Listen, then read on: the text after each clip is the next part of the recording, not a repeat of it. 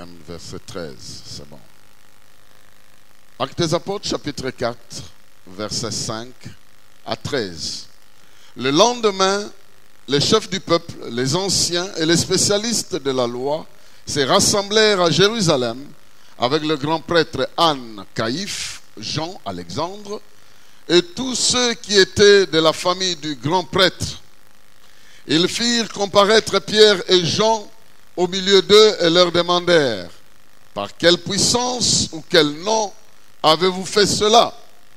Alors Pierre, rempli du Saint-Esprit, leur dit: chef du peuple et ancien d'Israël, on nous interroge aujourd'hui sur un bienfait accordé à un infirme, afin que nous disions comment il a été guéri. Sachez-le bien, vous tous, et que tout le peuple d'Israël le sache, c'est par le nom de Jésus-Christ de Nazareth, celui que vous avez crucifié et que Dieu a ressuscité. Oui, c'est par lui que cet homme se présente en pleine santé devant vous. Jésus est la pierre rejetée par vous qui bâtissez et qui est devenue la pierre de l'angle. Il n'y a de salut en aucun autre, car il n'y a sous le ciel aucun autre nom qui ait été donné parmi les hommes par lesquels nous devrions être sauvés. Lorsqu'ils virent l'assurance de Pierre et de Jean, ils furent étonnés, car ils savaient que c'étaient des hommes du peuple sans instruction, et ils les reconnaissaient pour avoir été avec Jésus. Est-ce que je peux entendre l'amen de quelqu'un? Non, est-ce que ton amen peut être un peu convaincant? J'avais promis hier que le thème de le sous-thème d'aujourd'hui, c'est alors Pierre rempli du Saint-Esprit. Nous voulons parler de ces facteurs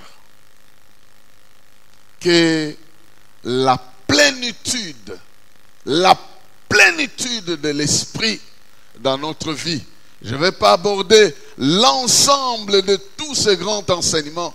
Je viens dire à quelqu'un, de la même manière que Pierre, un individu, était rempli de l'Esprit et il a marqué son époque, il a étonné les gens. Il était un homme simple. Le verset 13 dit: lorsqu'ils virent l'assurance de Pierre et de Jean, ils furent étonnés, car ils savaient que c'était des hommes du peuple sans instruction, et ils les reconnaissaient pour avoir été avec Jésus. Des gens simples qui n'ont pas fait de grandes études, mais quand ils sont remplis de l'Esprit, ils ressuscitent les morts, ils guérissent les malades, ils posent des actes que même les sages de l'époque ne sont pas capables de poser dans leur sagesse. Il y a ici un grand secret que j'aimerais partager avec quelqu'un cet après-midi. Pourquoi le Seigneur a prévu que nous soyons ou nous agissions sous l'effet ou sous l'action de son esprit? Pourquoi devrons-nous être remplis de l'Esprit de Dieu pour accomplir ce que Dieu lui-même nous a recommandé d'accomplir? Quelle est la nécessité du fait d'être rempli de cet esprit, du Saint-Esprit, afin d'étonner notre monde? Pourquoi c'est nécessaire? Est-ce que c'est vraiment nécessaire pour moi? Pourquoi ça doit être très important pour ma vie, pour que je sois toujours rempli de l'Esprit? J'ai deux réponses à cette question. Deux réponses. Et c'est autour de ces deux réponses que nous allons un peu analyser, voir, exploiter, entrer en profondeur. Il y a des choses que nous connaissons, ou peut-être que nous mettons de côté, mais il y a des choses que nous connaissons, que nous appliquons et qui font la différence dans notre vie. Les deux réponses sont les suivantes. La première: pourquoi nous devons être remplis de l'Esprit? Pourquoi Dieu a-t-il prévu cela? c'est pour nous permettre de bien affronter les défis de notre vie. Nous avons besoin d'affronter les défis de notre vie avec la puissance de Dieu et pas avec notre propre puissance. Il y a dans notre vie des défis, des réalités qui s'opposent à nous. Et nous avons besoin de faire face à ces défis-là, non pas avec notre connaissance, notre force, notre capacité. La preuve, c'est que les grands prêtres et toute sa famille, ils avaient un défi devant eux. Des jeunes gens sans instruction sont en train de guérir les malades, sont en train de faire des miracles au nom de celui qu'ils ont tué. Comment ils doivent affronter ce défi? Ils l'affrontent avec leur intelligence, ils sont étonnés, ils sont incapables de réussir. Mais des jeunes gens laissés par Jésus-Christ, même s'ils n'avaient personne d'autre pour les guider, ils ont reçu l'instruction: vous restez en place jusqu'à ce que vous receviez ce que le Père avait promis. Dès que vous recevrez ça, vous serez capable de défier quiconque ou quelle que soit ou n'importe quelle situation qui va se présenter dans votre vie. Il suffirait pour vous d'être revêtu de cette force. Aucune autre situation qui se présentera dans votre vie ne pourra vous bloquer. Bien-aimés dans le Seigneur, il est important pour que nous comprenions qu'il y a des choses dans notre vie que nous pouvons résoudre avec l'intelligence que Dieu nous a donnée, avec la capacité naturelle que Dieu nous a donnée. Mais il y a des choses que nous ne saurons jamais résoudre avec l'intelligence humaine et la capacité ou des talents naturels que nous avons. Nul. Il y a des choses naturelles qui répondent à nos besoins naturels et qui obéissent à notre capacité naturelle. Mais il y a des choses qui nous dépassent. Vous ne pouvez pas couper le bois avec le bois. Vous coupez le bois avec quelque chose qui est un peu plus fort que le bois, notamment avec le fer. Si vous avez un fer, vous pouvez couper le bois. Mais avec un autre morceau de bois, vous ne savez pas couper le bois. C'est pourquoi Dieu a prévu qu'à un certain moment, nous ne fonctionnions pas tellement avec notre intelligence naturelle, mais nous soyons revêtus de la puissance de Dieu, parce qu'en ce moment-là, les problèmes que nous avons devant nous ne peuvent pas être résolus par l'intelligence humaine. Dieu a prévu cela. Et c'est pour ça que nous avons besoin de chercher cela, de chercher cette intervention dans notre vie et de ne pas affronter les problèmes de la vie avec seulement notre intelligence. Allez demander, vous pouvez affronter un examen, c'est comme ça que Dieu a fait cela. Vous affrontez un examen avec votre intelligence naturelle, vous réussissez à l'examen. Mais si vous n'étudiez pas à l'examen, vous dites le Saint-Esprit va m'inspirer, vous allez échouer. Parce que ça, ce n'est pas la matière de l'Esprit. Je ne sais pas si je parle à quelqu'un. Il y a des matières où l'Esprit viendra intervenir, il y en a d'autres, il ne viendra pas intervenir, c'est vous-même qui devrez le faire. Demandez à ces étudiants-là qui on a dit, oui, l'Esprit de Dieu, même si vous n'étudiez pas, il peut venir vous inspirer en dernière minute, quelque chose que vous n'avez pas étudié, ils vont échouer. Et nous avons eu des amis chrétiens qui ont échoué comme ça. Pendant que nous on étudie, et ils disent, ils sont à la prière. Oui, c'est bien, la prière. Et puis à la fin, ils n'ont pas revu la matière. Quand ils entrent dans la classe, ils prient pour recevoir. Et ils cochent des réponses comme ça. En tout cas, j'en ai vu aux examens d'État. 1978, quelque chose. C'est en cette année-là que moi, j'avais fait cet examen-là, 79, quelque chose comme ça. Ils ont coché des amis qui sont aujourd'hui des pasteurs. Hein, on se rend compte. En ce moment-là, on venait de se convertir. On croyait que l'Esprit faisait tout et nous étions là à prier du matin au soir, du soir au matin. C'est ce qu'on faisait. On n'avait aucune autre activité. Il n'y avait pas autant d'émissions de télévision. D'ailleurs, la télévision, je l'ai vue pour une première fois en 1980. J'étais en train de passer sur la rue de Lemba, je m'arrête. Je vois un petit écran. Je dis, ah, ça doit être la télé. Je commence à regarder. je ne savais pas ça. Il y a des gens qui ont connu des choses à l'âge adulte. Est-ce qu'ils ont peur de dire ça? Bon, moi je sais que vous avez vécu dans des endroits où vous avez vu tôt ces choses-là. Nous autres, je peux vous dire à quelle date j'ai parlé au téléphone. Bon, je ferme la parenthèse. Ça n'a rien à voir. Et la première fois que j'ai eu, j'entends, allô, je dis, c'est la voix de quelqu'un. Et j'ai pris du temps avant de répondre. J'étais curieux d'entendre que je peux me rappeler, mais ce n'est pas le sujet d'aujourd'hui. Ce que j'aimerais dire, c'est que il y a des choses que vous devez faire, et vous devez reconnaître ces choses que vous devez faire, mais il y a des choses que Dieu a prévues, que vous ne pouvez pas le faire de vous-même, parce que vous allez échouer. Si vous le faites avec votre force, vous échouerez et vous allez vous condamner. Comment on se sent quand on se rend compte qu'on n'a pas pu réussir à cet examen parce qu'on n'a pas étudié? On se condamne.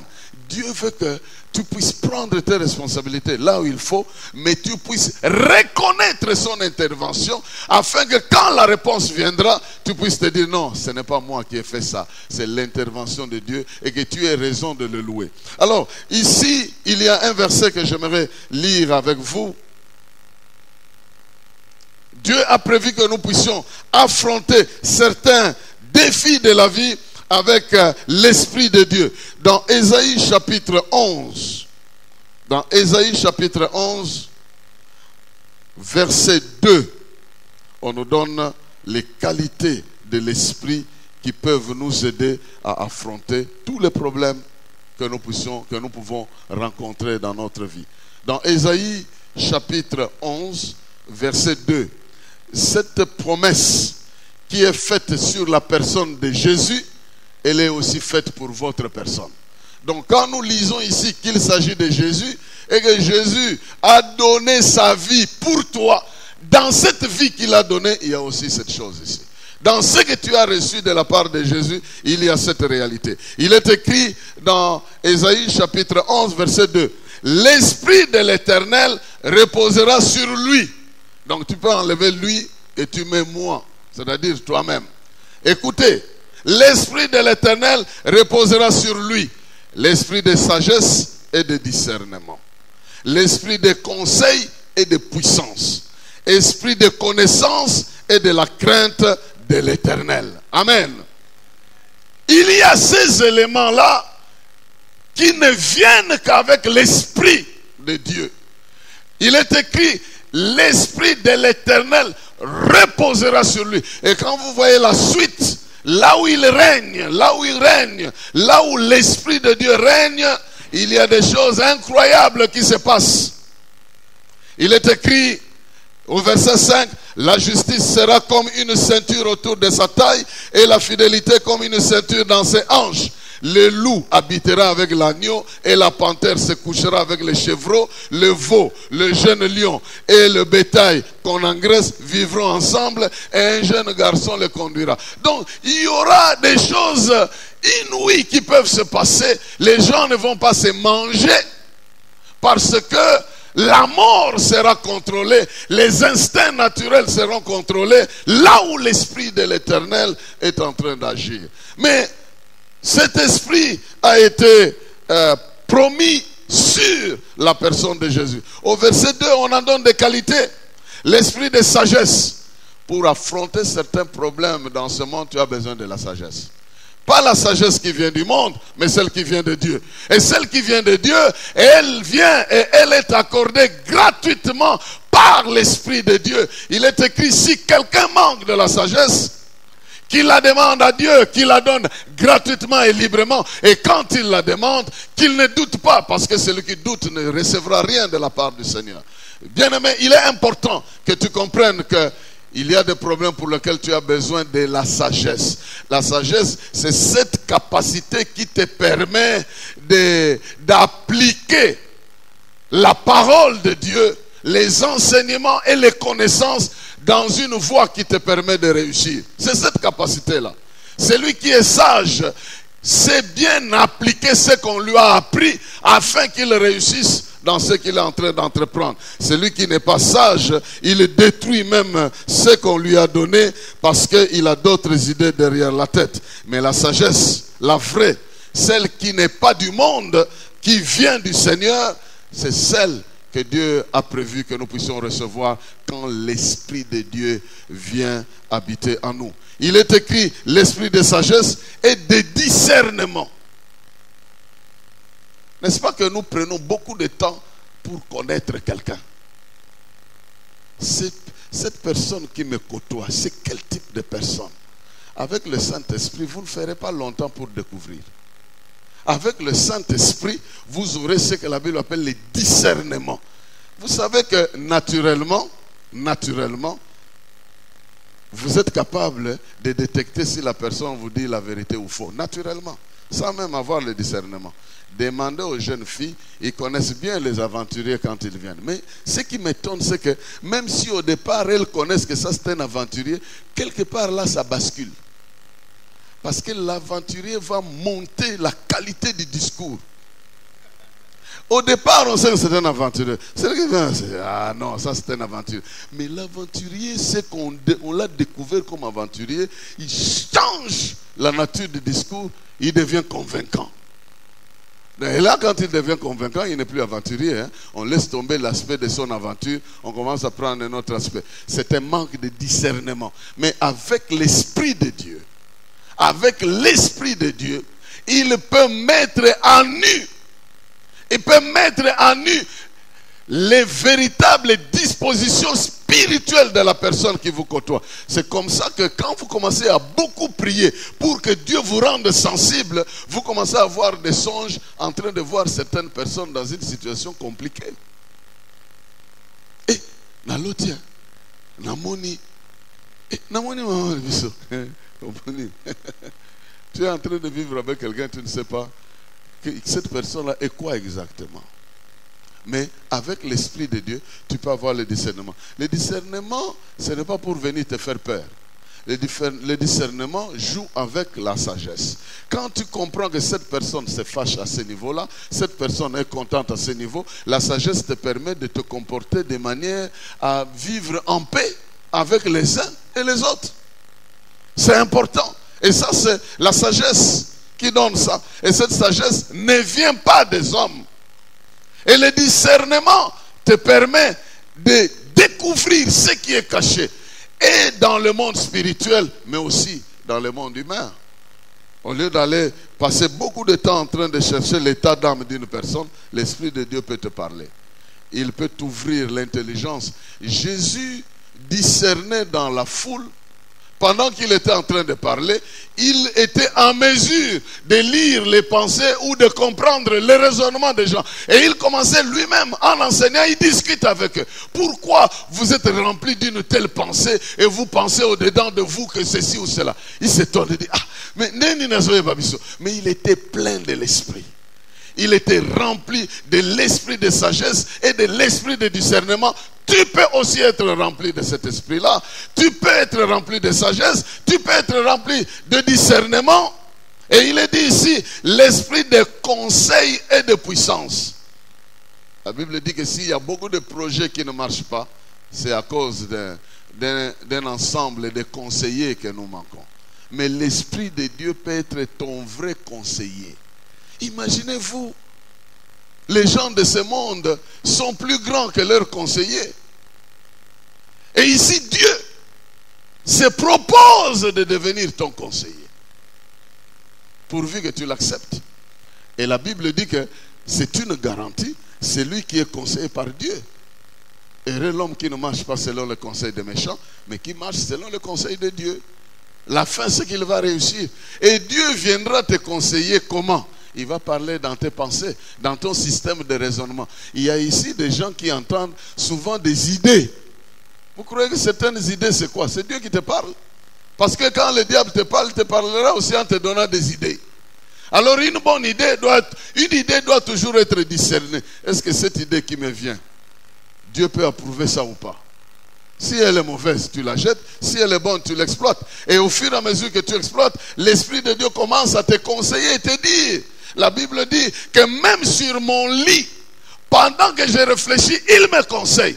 Et vous vous rendez compte, tu as passé toute la journée avec tout ce que tu as subi. Tu vas te jeter au lit en train de compter, de regarder les plafonds, en train de t'imaginer ce qui n'a pas marché. La Bible dit que c'est en ce moment-là que l'Esprit de Dieu vient pour te conseiller. Si tu fais très attention, il va même te donner des conseils qui vont t'aider à dormir. Parce qu'il y en a un qui vient te troubler pour t'arracher ton sommeil et te causer de l'insomnie. Tu tournes à gauche, tu tournes à droite. Mais si l'Esprit de Dieu demain c'est un autre jour, quelque chose de bien peut t'arriver, il peut te donner le conseil. La Bible dit, il parle à mon esprit. Il vient témoigner à mon esprit. Il vient me donner la sagesse, l'intelligence, mais aussi le conseil. Il y a des gens qui vont au lit avec la colère et dire demain. Et pendant que tu vas dormir dans ces conditions, il te dit non, il ne faut pas dormir dans ces conditions. Tu le rejettes. Il dit non, moi en tout cas. Et puis tu vas te réveiller aussi dans la colère. Tu accomplis ce que tu voulais accomplir pour te rendre compte plus tard que ça ne vaut rien du tout. Parce que la Bible dit, la colère de l'homme n'accomplit jamais la volonté de Dieu. Donc tu ne vas rien accomplir d'extraordinaire avec la colère. Mais le conseil, le vrai, appartient à l'esprit. Et souvent c'est ça qu'on étouffe. Il y a un comédien là qui disait, il racontait, je crois que c'était un Ouest-Africain. Il était en train de dire, il hésitait pour monter dans une voiture. Alors il commence à dire, il dit, pendant que j'étais dans la voiture, le cœur me dit monte, le cœur me dit descend. Le cœur me dit, donc il veut dire, il y a une idée qui vient qui me dit mata. Une autre idée, non, ne monte pas. Donc il y a là votre capacité de discerner quelle est la voix de Dieu, quelle est la voix de l'ennemi. Jésus a dit, mes brebis entendront ma voix, ils vont reconnaître. Si vous êtes attentifs, il y a ce conseil qui vient très faible dans votre intelligence pour vous souffler quelque chose que vous devez faire. Si vous suivez ça, vous aurez la joie, vous aurez la paix.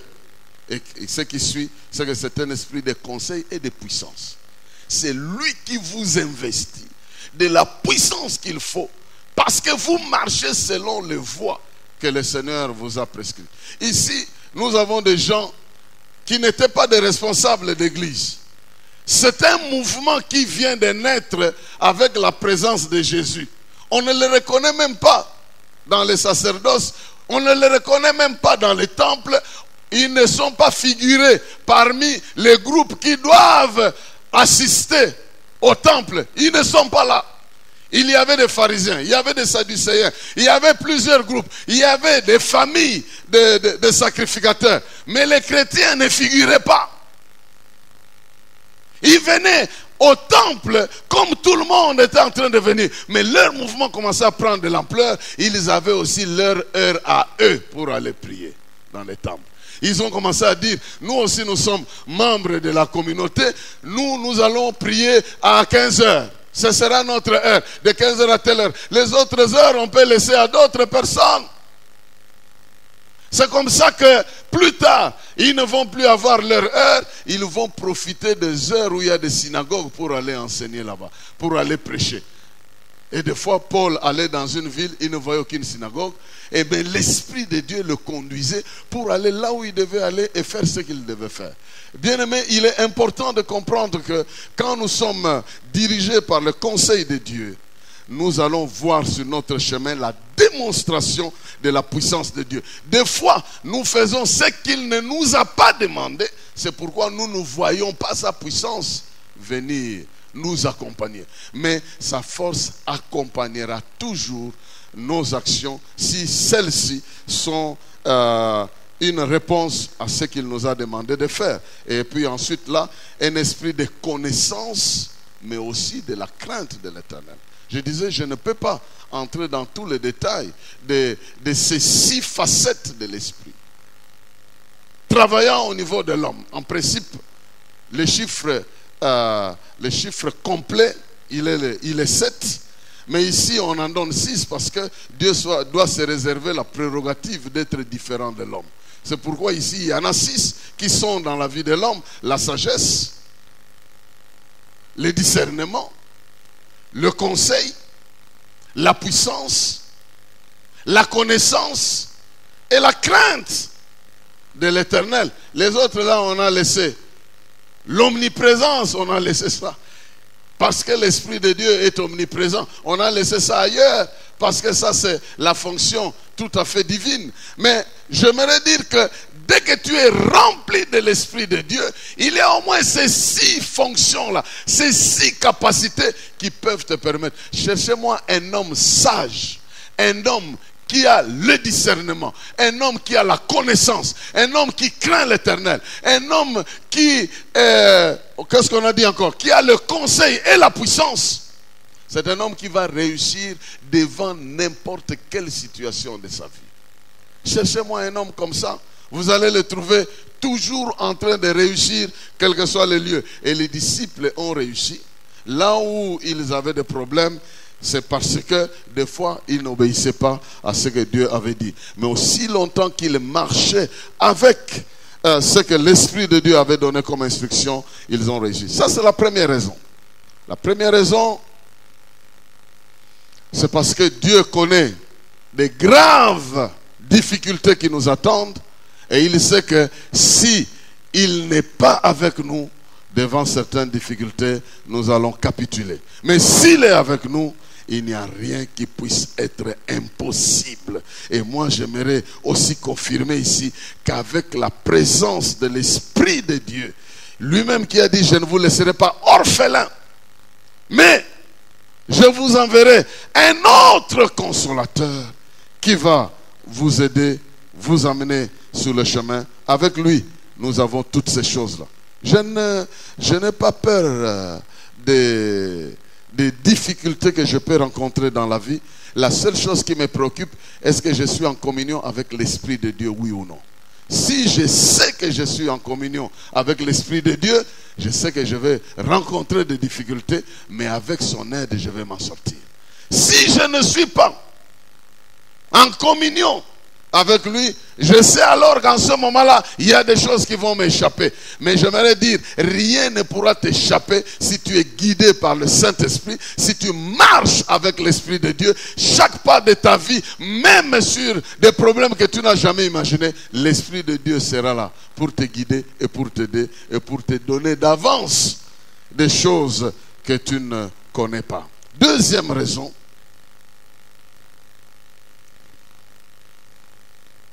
pourquoi être si rempli de l'Esprit de Dieu dans notre monde d'aujourd'hui?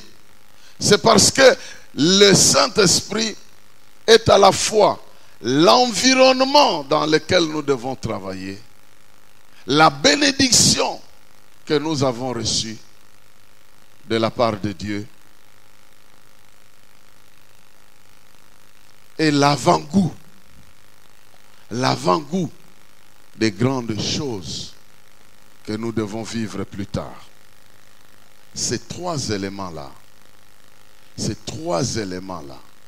sont très très fondamentaux dans la vie de quiconque veut aller loin. Cette dernière partie, j'aimerais l'expliquer vraiment en profondeur, mais brièvement, de manière brièvement. Je vais l'expliquer de manière brève, mais je vais quand même expliquer.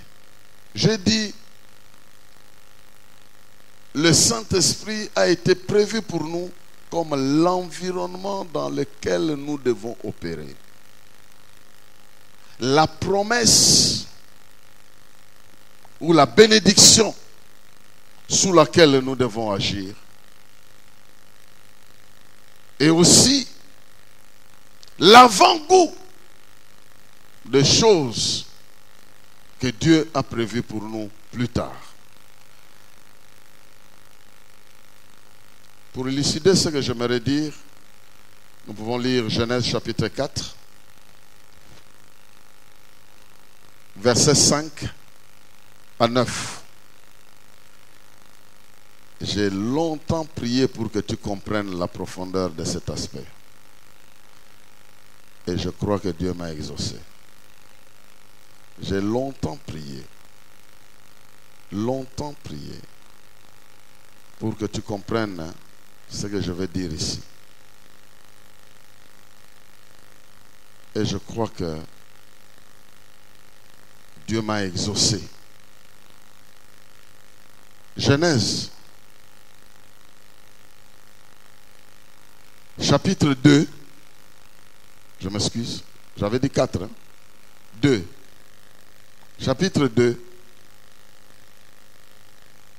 à partir du verset 5 jusqu'au verset 9.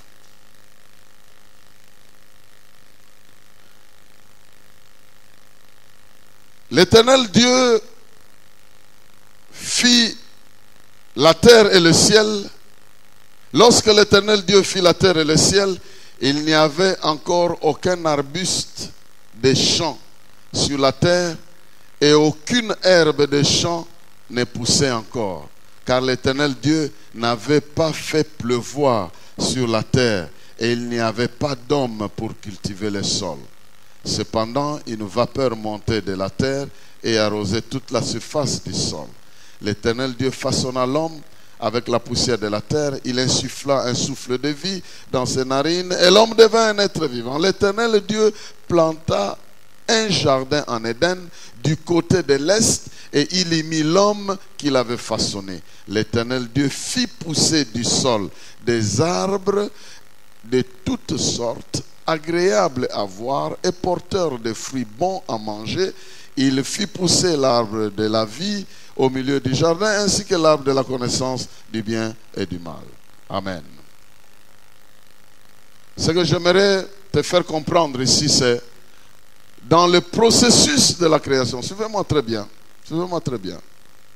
Ça ne va pas être long, mais c'est bref. C'est pourquoi si tu es distrait, tu vas rater ça. Nous savons que le premier jour, Dieu a créé la lumière. Le deuxième jour, Dieu a créé les cieux. Le troisième jour, il a créé la terre. Et quand vous lisez dans le récit, il a créé la terre. Il a dit que la terre sorte de toute la masse des eaux et que la terre produise toutes sortes d'espèces d'arbres. Est-ce que vous êtes avec moi? Que la terre produise les espèces d'arbres et tout, que ça puisse remplir la terre. Et puis le quatrième jour, il va créer le soleil, la lune, pour essayer d'influencer la terre afin de créer des saisons. Mais remarquez, le sixième jour, quand il va créer l'homme, le processus de la terre n'est pas encore, c'est-à-dire les arbres ne sont pas encore là. Est-ce que vous me suivez? Il avait sorti la terre des eaux et il a commandé que la terre soit remplie d'arbres. Mais avant que la terre entière ne soit remplie d'arbres, parce que c'est un processus qui est en train de se développer, il est dit que, et maintenant on explique que parce que Dieu devait créer l'homme, et que la terre entière n'avait pas encore reçu la verdure que Dieu a prévue, parce que l'homme devait commencer à vivre, il n'avait pas à attendre tout le processus des arbres qui devaient et des forêts qui devaient naître au fur et à mesure.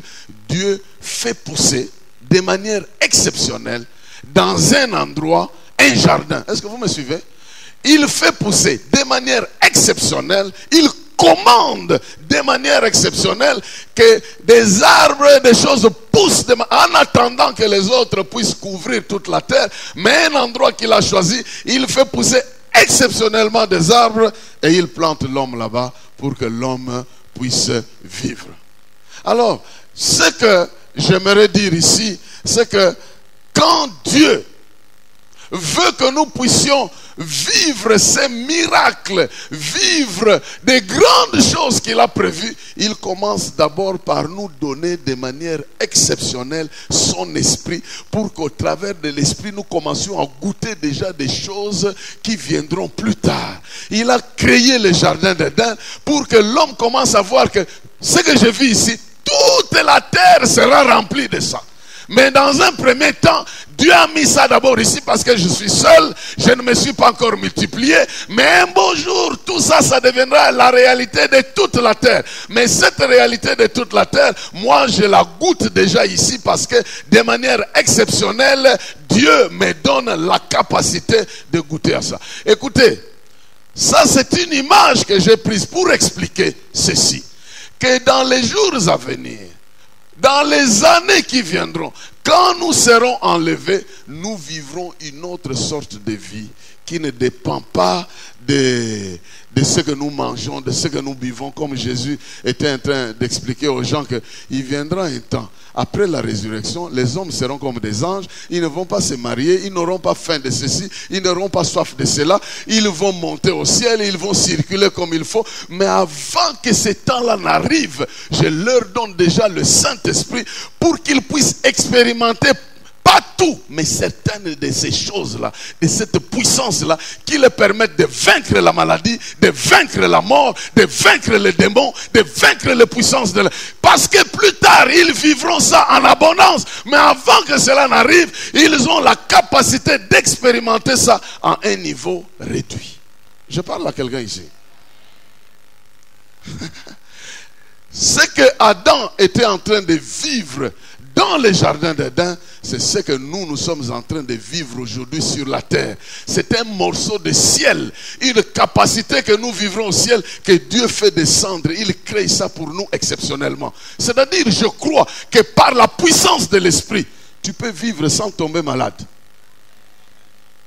Je ne sais pas si, parce qu'au ciel il n'y aura pas de maladie.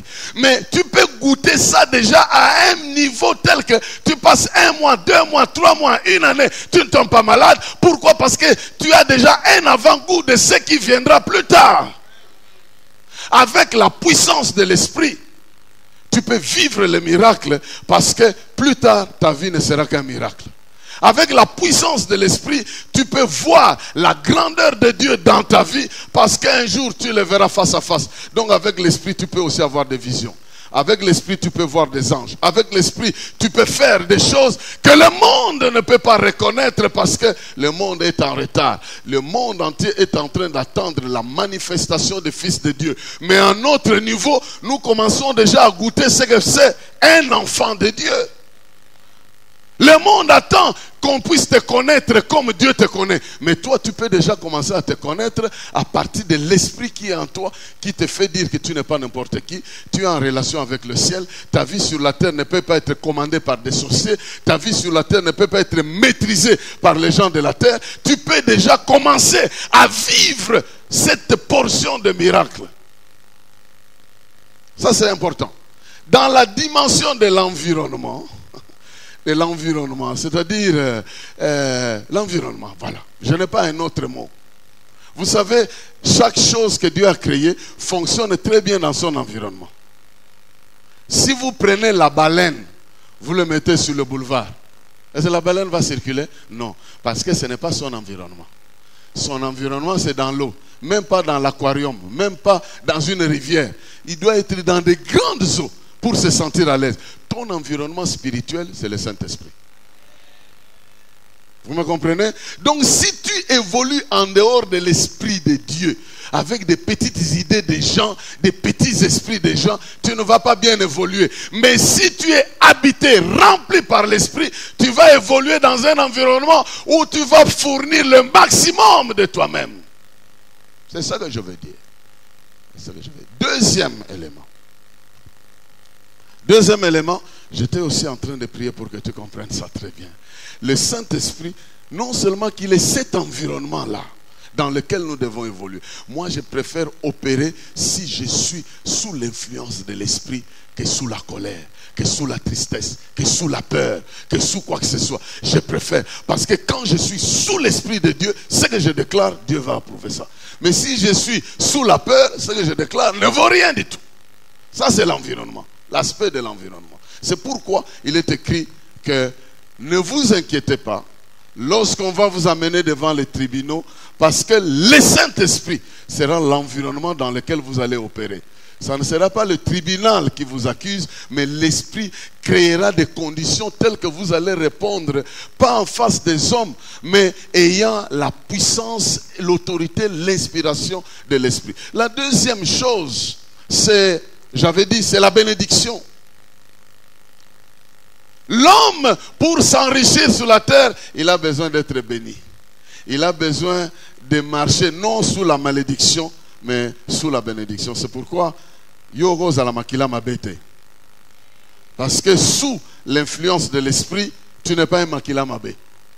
Tu es celui que Dieu a béni et tu peux déjà commencer à voir comme un avant-goût de cette grande bénédiction. L'Esprit de Dieu t'est donné justement comme cet avant-goût de la grande bénédiction que tu verras plus tard. Écoutez, vous pouvez lire avec moi un autre texte, un deuxième, celui de 1 Samuel. Non, je voulais dire Genèse. 1 Samuel, vous allez lire ça chez vous, je vais vous donner ça plus tard. Genèse chapitre 13, versets 14 à 18. Regardez ceci. Genèse chapitre 13.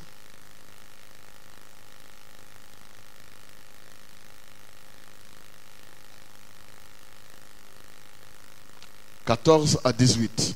L'Éternel dit à Abraham, après que Lot se fut séparé de lui, lève les yeux et de l'endroit où tu es, regarde vers le nord et le sud, vers l'est et l'ouest.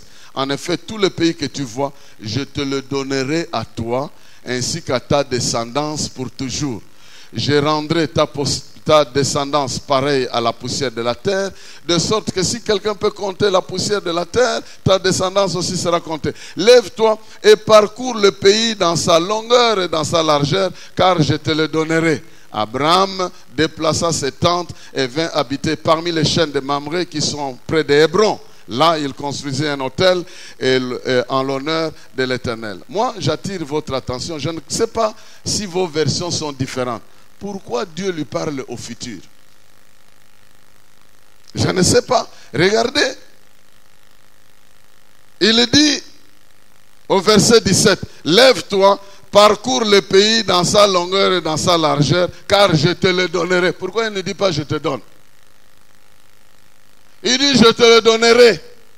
Et même un peu plus loin au verset 16, il promet.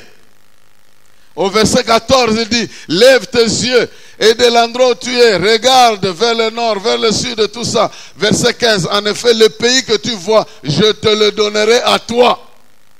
Pourquoi il ne dit pas je te donne? Mais vous voyez, même alors qu'il dit je te donnerai, mais entre-temps tu es dans ce pays-là en train de vivre. Donc Abraham est en train de vivre déjà dans un pays, même s'il n'a pas encore possession de l'ensemble du pays, mais du moins là où il est, il peut vivre dans ce pays-là. Vous me suivez, n'est-ce pas? C'est pourquoi, même si les temps où la puissance du Saint-Esprit n'est pas totalement manifestée, mais déjà présentement, nous pouvons être sur notre terrain de victoire. Nous pouvons déjà commencer à jouir de la promesse de Dieu, même si la grande partie reste pour l'avenir. Je ne sais pas si je m'explique très bien, si je me fais comprendre. Donc Abraham était sur le terrain. Dieu lui dit, la terre sur laquelle tu es, je vais te donner à toi et à ta descendance. Toi, entre-temps, il commençait à vivre là-bas, il a bâti là-bas, mais il n'avait pas toute la possession, mais il vivait quand même là-bas. Il est allé en Égypte, il est retourné là-bas. Dieu lui a promis que sa descendance va hériter ce pays. Mais dans l'entretemps, il vit quand même dans ce pays-là. Bien-aimé, il y a un jour, nous allons fêter avec Dieu. Il y a plusieurs promesses qui sont à venir dans notre vie. Mais le Saint-Esprit vient nous donner la possibilité déjà de commencer à goûter aux grandes choses qui seront à venir. Mais dans notre monde présent, nous commençons déjà à vivre ça. Moi, c'est comme ça que j'ai la foi en Dieu. Que celui-là qui peut me loger pendant l'éternité, sans que je paye le loyer quelque part, il peut me donner une maison sur la terre ici. Je ne sais pas si je me fais expliquer à quelqu'un. S'il est capable de me loger pendant l'éternité, il a promis qu'il est allé m'arranger une place. S'il est allé m'arranger une place dans un lieu de gloire, comment je ne peux pas avoir déjà une place ici en attendant que j'aille là-bas? C'est pourquoi je crois que le Saint-Esprit m'a été envoyé pour me bénir suffisamment pour que j'aille des places. Pas une place, j'aille des places. Si je vais m'envoler un jour sans véhicule, sans avion, sans quoi que ce soit, donc aujourd'hui je peux aussi avoir des petits instruments personnels qui me permettent de voler. Je m'adresse à quelqu'un. Donc s'il a promis qu'un jour nous allons être dans les airs en train de fêter avec lui, donc aujourd'hui je peux aussi fêter, demain je fête, quelle que soit la situation qui m'arrive, mais je peux être dans la fête parce que c'est lui qui a promis de grandes fêtes plus tard. Il a promis aussi que je puisse être dans la joie en attendant qu'il vienne me prendre. Et le Saint-Esprit vient pour m'accorder cette possibilité-là. Il vient parce que il y a de grandes choses qui ont été prévues pour ma vie. Et lui, il vient déjà pour me dire que goûte un peu ça. Ce que tu goûtes, si c'est rien par rapport à... Alors, si j'ai une maison dans le ciel, comment il va me faire goûter sur la terre? En train de me faire déloger par des gens qui multiplient les... Non, je suis venu proclamer cette bénédiction spirituelle dans la vie de quelqu'un ici. Parce que celui-là a dit, il est allé t'arranger des places dans le ciel. Donc ici sur la terre, l'Esprit est venu pour te dire, le rôle de place, il y a éternité. Tu peux en avoir 2, 3, 4, 5. Fongola mutunayo. Change ta capacité de raisonner, de réfléchir. Tu n'es pas un pauvre minable, chômeur ou je ne sais pas quoi, locataire de quelqu'un, mais tu es béni de la part de Dieu, en train d'être, dont la fête est en train d'être préparée au ciel, la maison est en train d'être apprêtée, mais ici sur terre, tu peux entrer n'importe où par la bénédiction de Dieu, du Saint-Esprit est venu avec des clés, pour que sur la terre, tu vives déjà l'avant-goût du ciel. Je ne crois pas que tu es déjà arrivé là-bas. Je suis venu te dire, tu dois te préparer pour arriver dans un niveau de l'avant-goût du ciel. Ça ne vient pas des hommes. Comme on a préparé un jardin d'Éden spécialement pour lui, Dieu prépare des conditions, un environnement spécial pour ta vie, afin qu'à partir de là, les gens voient que certainement, Dieu a béni la vie de cette personne. L'environnement, la bénédiction. Abraham était en plein dans sa bénédiction, même si il n'avait pas encore pris la totalité, mais il était déjà sur le terrain de sa bénédiction. Et moi je dis, le Saint-Esprit vient te mettre déjà sur le terrain de ta bénédiction. Pendant que tu marches, il te dit, d'ailleurs ce que tu es en train de voir, c'est rien par rapport, il ne faut pas faire comme nous. Moi je ne savais pas qu'il y avait des entrées, qu'il y avait des repas consistants et des sorties. On m'invite quelque part, quoi? On m'invite quelque part, l'entrée seulement, encore ton message en LS. L'entrée seulement, j'ai bu beaucoup d'eau. J'ai mangé l'entrée, j'ai bu beaucoup d'eau, beaucoup d'entrées. Et puis quand on a amené les plats, on dit, il y a un programme.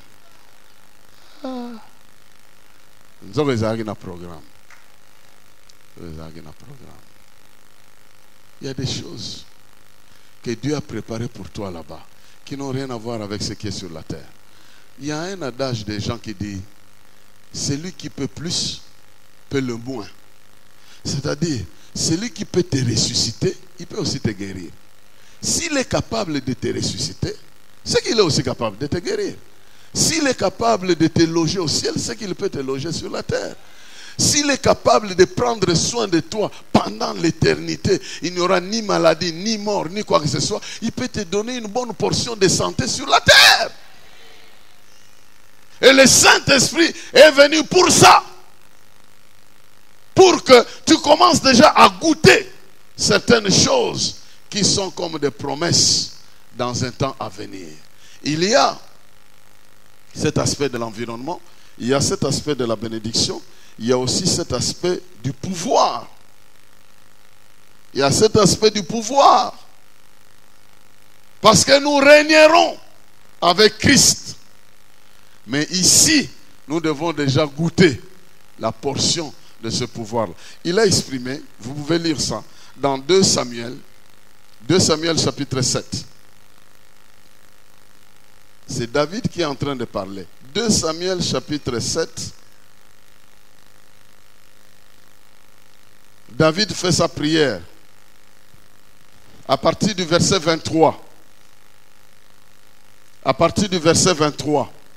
Existe-t-il sur la terre une seule nation qui soit comme ton peuple, comme Israël, ô Dieu? Tu es venu le racheter pour faire de lui ton peuple, pour te faire un nom et pour accomplir en sa faveur, en faveur de ton pays, des miracles et des prodiges en chassant devant ton peuple que tu as racheté d'Égypte, des nations et leur Dieu. Écoutez verset 24. Tu as affermi ton peuple, Israël, pour qu'il soit ton peuple pour toujours. Et toi, Éternel, tu es devenu son Dieu. Verset 25. Maintenant, Éternel Dieu, fais subsister jusque dans l'éternité la parole que tu as prononcée sur ton serviteur et sur sa famille, et agis comme tu l'as dit. Que l'on dise éternellement la grandeur de ton nom, en affirmant l'Éternel, le maître de l'univers et le Dieu d'Israël, et que la maison de ton serviteur David soit affermie devant toi. Bref, vous pouvez lire la suite. Dieu a dit à David, parce que tu as décidé de me bâtir une maison, moi je vais te bâtir un trône. Ta maison, c'est elle qui va hériter éternellement le trône. Alors David est en train de dire ici que tes paroles soient éternelles, que tu ne changes pas. Tu m'as dit que les gens qui vont véritablement régner sur Israël, c'est des gens qui viendront de ma maison. Alors moi, j'ai saisi ça et je proclame. De la même manière, tu veux dire au peuple d'Israël, de la même manière que vous avez goûté au règne de David. Il a chassé les Philistins. Il a imposé la paix dans le pays. De la même manière, quelqu'un d'autre viendra régner éternellement sur son trône. Le règne de David ici est un avant-goût du règne de Christ. Et Christ est venu.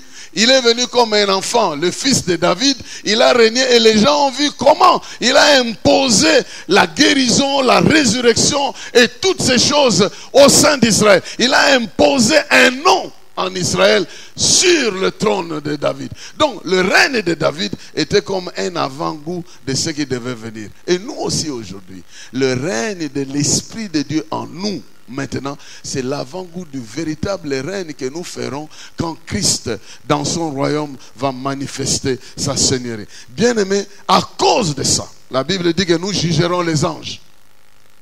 Nous serons assis dans la gloire et nous allons juger certaines personnes. Et vous vous rendez compte, si demain nous jugerons les anges, aujourd'hui nous pouvons chasser les démons. C'est tout à fait normal qu'aujourd'hui nous marchions sur la puissance de l'adversaire, parce que demain nous ferons partie de l'équipe qui allons les juger sérieusement. Aujourd'hui on les chasse. J'étais en train de simuler une histoire.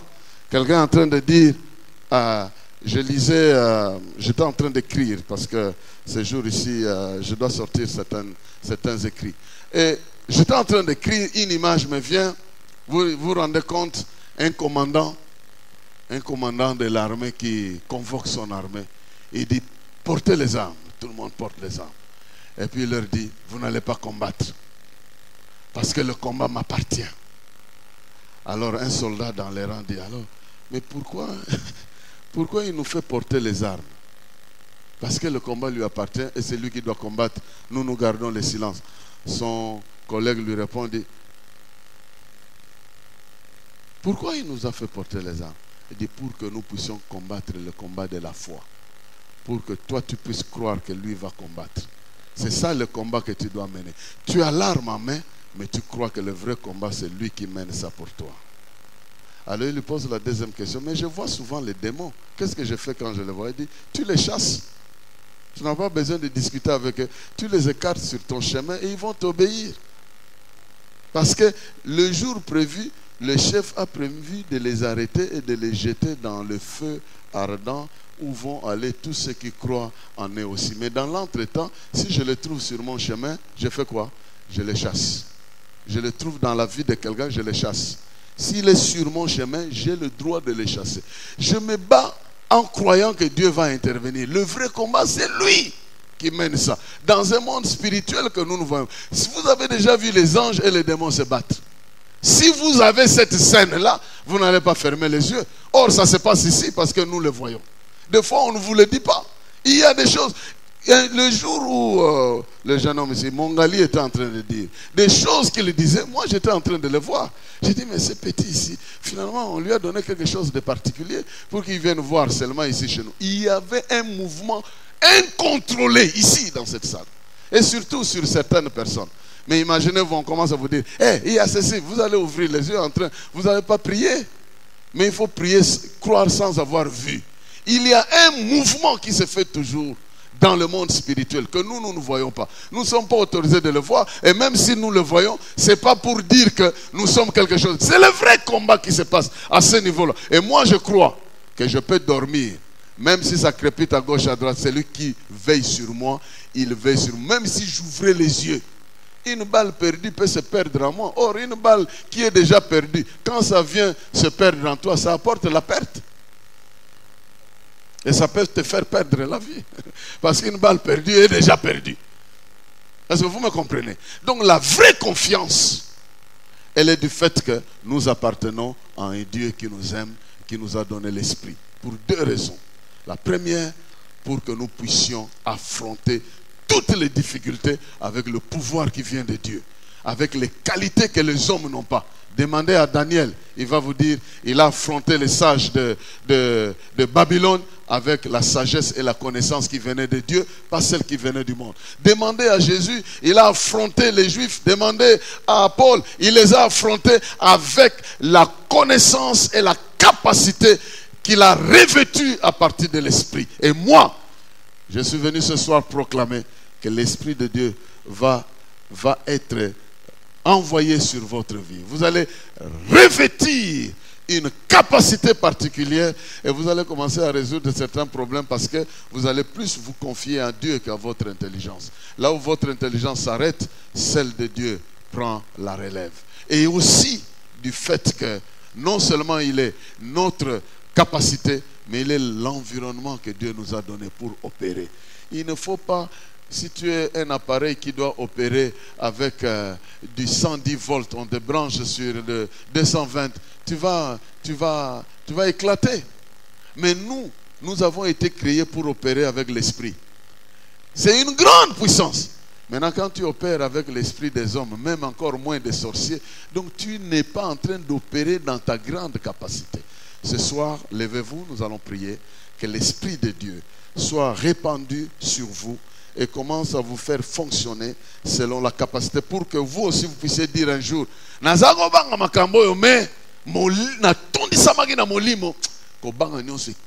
d'ailleurs, différemment. Tu vas voir des cas, des problèmes différents. Et aujourd'hui, des cas qui étaient difficiles, incroyables. L'Esprit de Dieu va t'amener à un niveau où tu vas commencer à regarder que c'est des problèmes que tu peux résoudre avec l'intelligence, la sagesse, la connaissance, la puissance, le conseil et la crainte de l'Éternel que l'Esprit viendra communiquer dans ta vie. Nous levons nos mains, nous invoquons le Seigneur.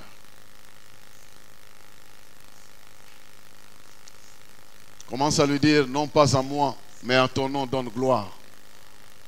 C'est par ton esprit que je veux agir. Je refuse d'exploiter mes sentiments, mon intelligence, mes simples capacités, là où j'ai besoin de ton esprit. Là où j'ai besoin de ta sagesse, je refuse d'utiliser la mienne. Je vais recourir à toi. Je vais te chercher. Et tu as promis que si je te cherche, je te trouverai. Il est l'avant-goût. Il est l'avant-goût. Il est l'avant-goût. Il est l'avant-goût. Dans la vie du chrétien, il est dit que le Saint-Esprit nous a été envoyé. En Christ, nous avons été scellés du Saint-Esprit comme d'une avance, d'un avant-goût de choses qui doivent venir.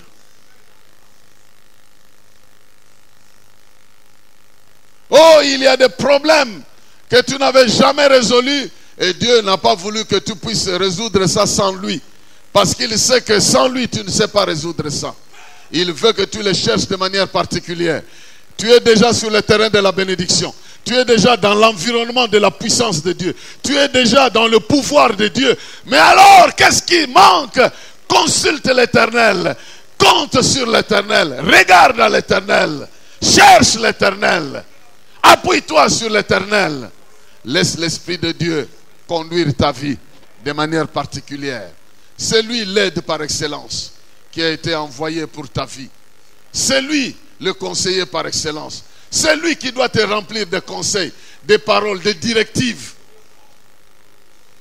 Compte sur lui. Compte sur lui. Engage-toi à le chercher. Pour ces cas difficiles, pour cet enfant-là, difficile, le Saint-Esprit peut te donner les conseils. Comment tu peux le gérer? Pour ce chef difficile, l'Esprit de Dieu peut te donner les conseils. Il peut te donner le pouvoir. Il peut t'armer pour que tu puisses vaincre. Ah oui, il ne nous a pas laissés orphelins. Rempli du Saint-Esprit, tu parleras des choses comme tu n'as jamais parlé. Les choses que tu auras prévues pour que, de la part de toi-même vont disparaître. Mais l'Esprit de Dieu va te charger d'un message, te charger d'une attitude, te charger d'une conviction, te charger d'une foi particulière. Il va te charger de l'autorité qu'il faut. Il va te charger de sorte que là où tu vas prier, tes prières seront chargées d'onction. Tes prières seront chargées de révélation. Tes prières seront chargées de connaissance, de discernement. Quand tu vas combattre avec un discernement qui te permettra de vaincre l'ennemi, de le découvrir.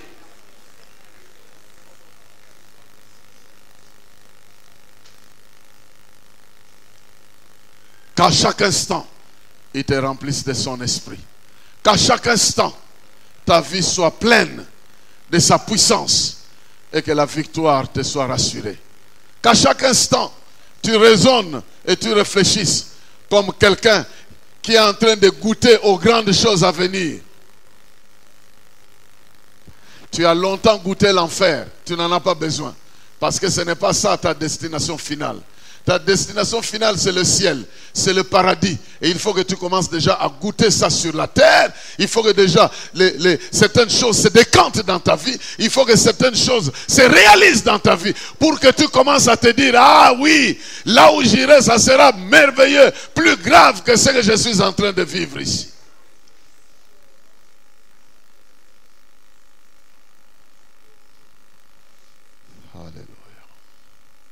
Seigneur, nous voulons te dire merci pour cette parole que tu as communiquée dans nos cœurs.